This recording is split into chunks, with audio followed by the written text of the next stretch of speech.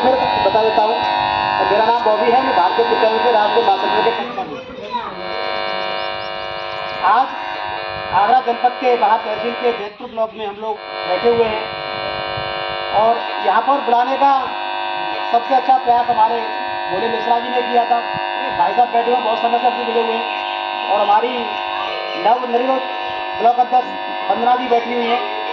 इनका ये प्रयास था कि हम लोग यहाँ पर आए और सभी दिव्यांग भाई बहनों से अपनी बातें रखें और उनकी बातें सुनें। लोग आते हैं बहुत और चले भी जाते हैं, आपने देखा होगा।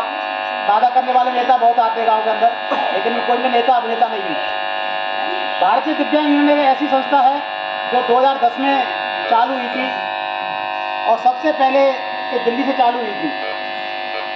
इसके मालिक दिल्ली के रहने वाले थे जो ऑल ओवर इंडिया में उनका काम है, लेकिन वो संस्था पर गौर नहीं करते थे। 20 से भी संस्था हमारे नाम पर आ गई, जिसके राष्ट्रीय अध्यक्ष हमारे नीतू कश्यप जी हैं। हम लोगों ने आज से 6 महीने पहले प्रयास किया और संस्था को अपने नाम पर रजिस्टर कराया। इसमें 9 लोग हैं जो मेन संस्थापक हैं। उसके बाद हमारे सभी भाई बहन यहाँ बैठे हुए हैं, जिसमें 2 लोग गोरखपुर से हैं, 2 हम लोग आगरा से, मैं और आज तक महिला मंच बैठी हुई हैं, 2 लखनऊ से हैं, 1 मुजफ्फरनगर से भी। ऐसे करके संस्था चल रही है हमारी।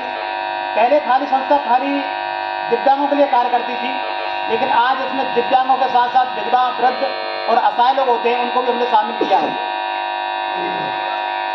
आप लोग देख रहे हैं कि दिव्यांगों की करोड़ों संस्था चल रही हैं, हजारों नहीं करोड़ों की संख्या में। लेकिन आपने कभी किसी का नाम सुना है कहीं अखबार में, पेपर में, न्यूज पेपर में? रजिस्ट्रेशन तो मैं भी करा लूँ, आप भी करा लो, 2000 रुपये में रजिस्ट्रेशन हो जाता है। गवर्नमेंट से पैसा आता है, 2 साल बाद सारे पैसे वो अकेले घर में खाते रहते हैं और नाम चल रहा है अखबार में कि हमारी संस्था चल रही है। लेकिन एक भारतीय दिव्यांग यूनियन एक ऐसी संस्था है जो पूरे भारत में कार्य कर रही है और बड़े स्तर पर कार्य कर रही है। आगरा में आज से 2 साल पहले संस्था का जिलाध्यक्ष मुझे चुना गया था। मैं एक प्राइवेट टीचर था, लेकिन जैसे संस्था में जुड़ा तो आप भी जानते हैं कि एक इंसान 2 काम नहीं कर सकता है, या तो पढ़ा लो या फिर नेतागिरी कर लो। मैंने अपनी पढ़ाई का कार्य छोड़ दिया और आज आप लोगों के सामने हूँ। आँख खुलती है जब से लेकर सोता हूँ तब तक एक ही बात होता है कि हमें अपने भाइयों के लिए क्या करना है। आज से 1 साल पहले एक बहन थी हमारे पास के गांव के करीब 6 किलोमीटर दूरी पर, उसको 8 साल पहले एक्सीडेंट हुआ था। एक छोटे से परिवार से थी, घर वालों ने इसका इलाज कराया, कमर पे होकर पहिया निकल गया था उसके, नीचे का हिस्सा बेकार हो गया, दोनों पैर बेकार हो गए थे। उस समय लड़की की उम्र थी 9 साल। अचानक हमको उसके बारे में मालूम पड़ा। मैं और राष्ट्रीय महिला मंच उनके घर पर पहुँचे, उनको देखा हमने जाके कि बच्ची बिस्तर में पड़ी हुई थी। जब तक उसकी उम्र हो गई थी 16 साल। उसका घर, खेत सब कुछ बिक चुका था। उसके 2 मम्मी पापा हैं, बुजुर्ग हैं, एक बहन थी। बहन की बेचारे की रोड एक्सीडेंट में उसका पति एक्सपायर हो गया 7 साल पहले, तो वो उसी सेवा में लगी हुई, उसने शादी नहीं की। जब हमने उस बच्ची को देखा तो बड़ा दुख हुआ हमको भी। तो लड़की लैट्रिन टॉयलेट सब कुछ बिस्तर में कर रही थी, उससे मालूम नहीं पड़ता था। हम लोगों ने अपने लोगों से बात की, कमेटी वालों से, और उनके पापा को बोला कि इसको आप डीएम के यहाँ ले चलिए। हम जिलाधिकारी कार्यालय कलेक्ट्रेट पर लेके पहुंचे। शायद आप लोगों ने अखबार में पढ़ा हो कभी, जब तुम पहले साथ जुड़े नहीं होंगे।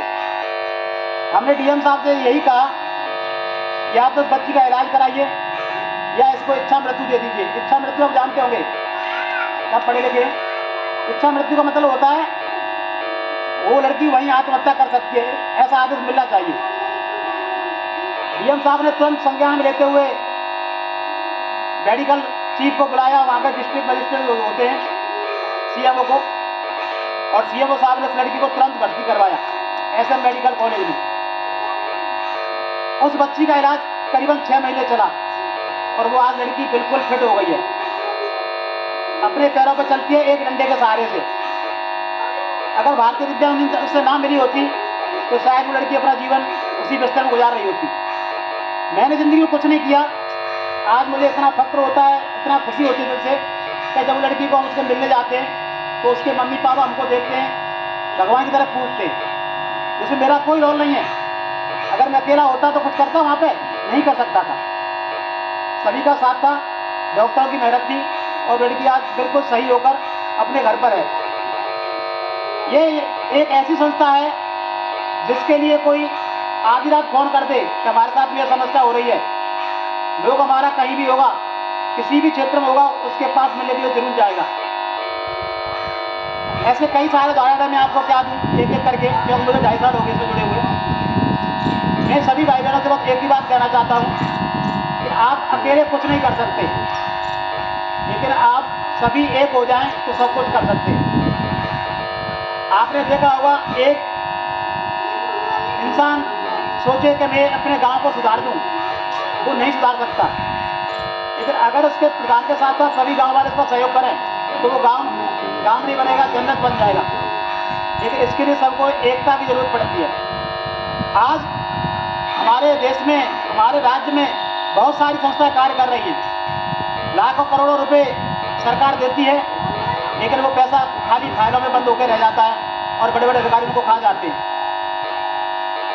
आज से 6 महीने पहले देश के उप मुख्यमंत्री केशव प्रसाद मौर्य जी ने अखबार में ऐलान किया था मीडिया के माध्यम से कि सभी दिव्यांगों के लिए आवास योजना चालू की जा रही है। क्या यहाँ पर किसी दिव्यांग भाई बहनों को आवास मिला? मुझे नहीं।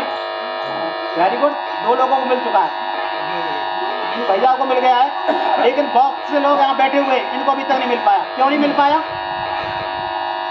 अगर हम लोग सभी इनका प्रयास करें तो इनको मिल सकता है, लेकिन प्रयास करना पड़ेगा। मैं आप सभी से यही कहना चाहता हूँ, ज़्यादा बात नहीं करूँगा मैं, क्योंकि जितनी बात करूँगा उतना टाइम लंबा चलता चला जाएगा। सभी लोग एक होकर रहिए, एक दूसरे की भावना को समझिए और हमेशा एक दूसरे की हेल्प करने के लिए, मदद करने के लिए तत्पर रहिए। आज संकट आपके साथ में तो कल मेरे साथ भी हो सकता है। अगर आप ऐसी भावना लेकर आगे बढ़ेंगे तो आप एक दिन इतनी ऊंचाइयों पर पहुंचेंगे।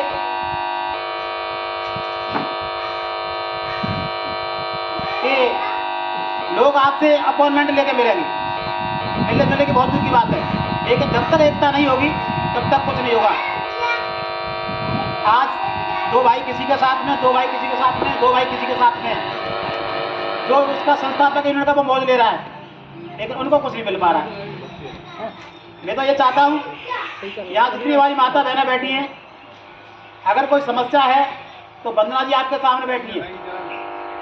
ये वंदना जी सारी बातों को आपकी देखेंगी। अगर इनसे सुनवाई नहीं हो पा रही है तो इनके ऊपर हरिदा जी जिलाध्यक्ष हैं, इनको बताइए, इनका नंबर आप अपने पास रखिए। अगर ये भी आपकी बात को नहीं सुन पाते हैं तो साइड में बैठी है महिला राष्ट्रीय अध्यक्ष है, पूरे भारत को देख रही है समय पर। आप ये मत सोचना कि हम आपके गांव में पहली बार आए, दूसरा आपको ही जानते हैं। यहाँ एक से एक बड़ा पदाधिकारी बैठा हुआ है।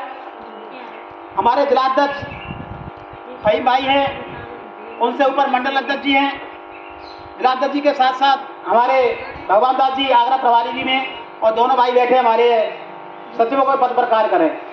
इस तरह से हमारी टीम कार्य कर रही है। कभी भी कहीं भी किसी की जरूरत हो आप उनको तुरंत याद करिए। नंबर मेरा भी रखिए, लेकिन मेरा नंबर आप लास्ट में कॉल करेंगे जब आपकी कोई नहीं सुनता है। जब उससे पहले आपकी मदद करने वाले पहले से पहुंच जाएंगे, मेरी जरूरत ही नहीं पड़ेगी। अगर किसी भाई बहन को कोई सवाल करना हो, कुछ पूछना हो तो पूछ सकते हैं। शाम को एक मैसेज गया था मेरे फोन पर, आपके पनाट का एक रहने वाला लड़का है राम प्रताप, उसका कोई साथी बैठा हो तो मैं नहीं जानता, उसने कहा था कि जयपुर ब्लॉक में मीटिंग करने जा रही है एक संस्था, देखता हूँ मीटिंग कैसे करके दिखाती है वहां पर। मैं खुले मंच से उसको चैलेंज करता हूँ, आप कोई भाई उसका बैठा हो तो उसको जाके बोल देना कि बॉबी बोला आया था अपनी टीम को लेकर और मीटिंग करके गया है। ऐसी बात नहीं है क्या भगवान दास जी मेरे साथ में है, मेरे साथी है कि वो यहाँ पर आके अकेले को मार दिया, पीट ले। आप भी जानते हो आपके घर का कोई इंसान आएगा क्या आप उसके साथ गलत हो जाने देंगे? एक से एक करोड़पति इंसान मेरे साथ बैठा हुआ भाई साहब हमारे, लेकिन वो गलत था। आपने देख, मैं नहीं कहूँगा अपने मुँह से, जो इंसान कुछ नहीं कर सकता वो सिर्फ भौंक सकता है। तो मैं बस आपसे यही कहना चाहता हूँ, हम लोगों की संस्था कार्य कर रही है और आप भी जानते हैं कोई भी कार्य घर से नहीं होता है। मैं इन माता बहनों से यही कहूँगा कि कभी भी मौका मिले वंदना बहन के साथ रहिए। आप लोग देखते हैं आजकल महिलाओं पर अत्याचार बहुत ज्यादा होते हैं और इतने होते हैं कि इनका लोगों को आत्महत्या करनी पड़ती है।